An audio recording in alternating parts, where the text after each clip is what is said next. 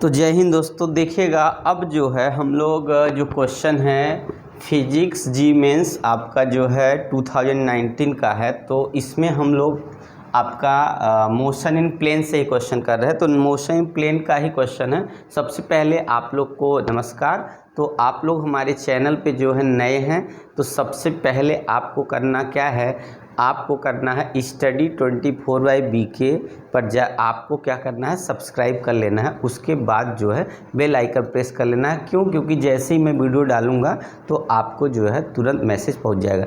अगर आपको मेरी वीडियो में कुछ कमी है दोस्तों यारों, तो आप मेरी वीडियो को आप बताइए कमेंट करके इसमें क्या कमियां रह जा रही हैं, जिससे मेरा वीडियो जो है ग्रो नहीं कर रहा, चल नहीं पा रहा। तो आप ये ज़रूर बताइएगा, क्योंकि मैं वीडियो बहुत डालता हूँ पर क्या करता है, ग्रो नहीं करता है, मतलब व्यू नहीं आते, लोग देखते नहीं। जब तक लोग देखेंगे नहीं तब तक बेनिफिट्स उनको नहीं मिल पाएंगे। तो आप लोग कोशिश करिए बताने की, और ठीक है। तो इस तरीके से आपको मुझे रिक्वेस्ट है आपसे कि आप जो है मुझे ये चीज़ बताने की कोशिश करिए कि क्या हमारे वीडियो में कमी रह जा रही है। ठीक है, आया समझ में? तो देखिएगा, तो हम लोग क्या करते हैं, लिखा है अ मास 10 kg suspended vertically by a rope from the roof. क्या है, एक मास को रूफ से लटका दिया गया।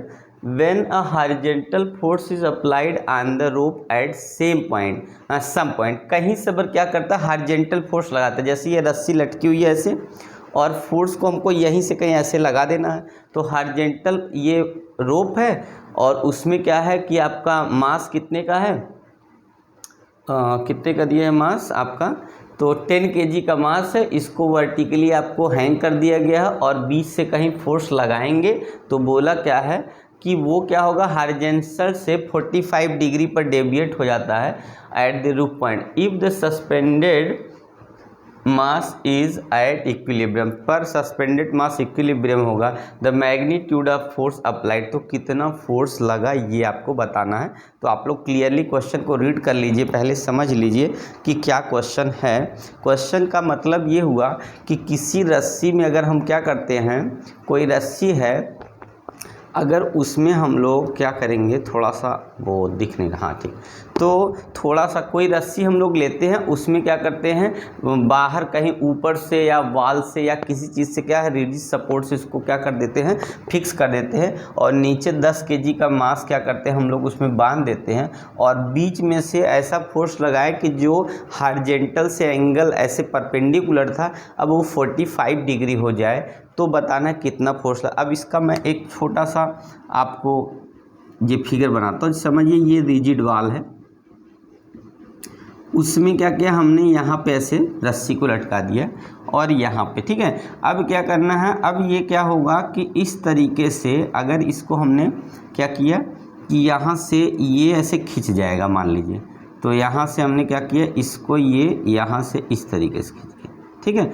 और ये आपका, तो ये रहा आपका mg, और यहाँ से इसको हम लोग को करना क्या है, हॉरिजॉन्टल ऐसे ऐसे करना है। तो ये हो गया फोर्स, और यहाँ पे अगर हमारा कितना है एंगल, यहाँ पे हो गया, अगर ये हमारा 45 है, ठीक है, तो ये भी हमारा क्या हो जाएगा, 45 डिग्री हो जाएगा। 45 के हिसाब से अगर वैल्यू निकालते हैं, तो ये इस तरीके से जब लेंगे तो यहाँ कितना होगा, परपेंडिकुलर, तो यहाँ हो जाएगा t sin 45, ठीक है, टेंशन फोर्स लगा है इसलिए।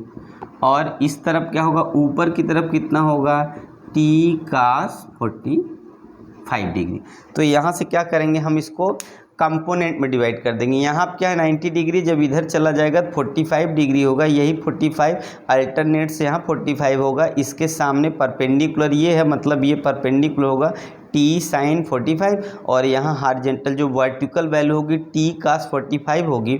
तो इसका मतलब t cos 45। अब यहाँ से दो इक्वेशन कंपेयर क्या करेंगे हम लोग, सबसे पहले f इज इक्वल टू लिखेंगे t sin 45 डिग्री, ये फर्स्ट इक्वेशन हो गया।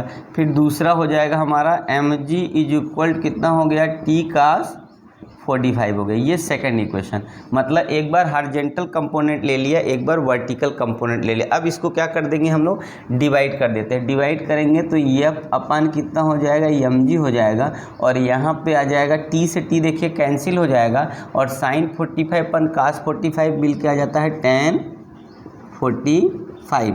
तो F की जो वैल्यू निकालेंगे तो tan 45 1 होता है, बचेगा mg।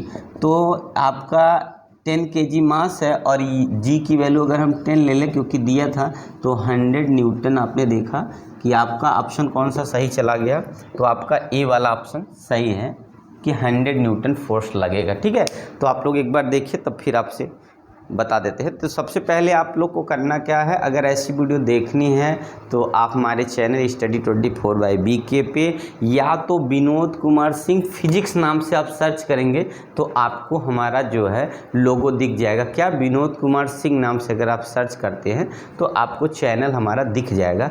आपको करना सिर्फ क्या है कि आपको वीडियो पे जाके आपको क्या कर देना है, तो सबसे पहले आपको मैसेज कर देना है। ठीक है, अगर कोई रिक्वायरमेंट है तब। ठीक है, तो आप लोग क्या करिएगा, अगर आपको रिक्वायरमेंट है या वीडियो में कोई कमी है तो आप ज़रूर बताइएगा। तो सबसे पहले क्योंकि लाइटिंग की या कुछ नहीं दिखता है, क्या नहीं समझ में आता है, ये आप लोग जब बताएंगे तभी हम लोग बता सकते हैं कि क्यों व्यू नहीं आ रहे हैं, क्यों लोग देख नहीं रहे हैं, क्या पता नहीं चल रहा है लोगों को।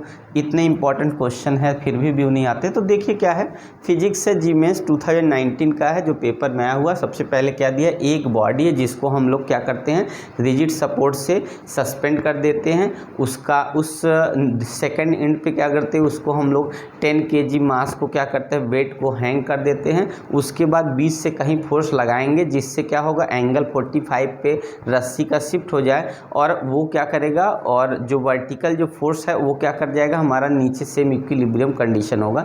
तो कितना फोर्स लगा 45 के लिए शिफ्टिंग के लिए, वही उसमें हम लोग क्या कर लेंगे कि इसको कंपोनेंट में डिवाइड कर देंगे। हॉरिजॉन्टल वर्टिकल कंपोनेंट का 2 इक्वेशन बना के डिवाइड कर देंगे, आपको 100 न्यूटन का फोर्स मिल जाएगा। 100 न्यूटन फोर्स लगाने पर क्या होगा, 45 डिग्री शिफ्ट कर जाएगा। ओके।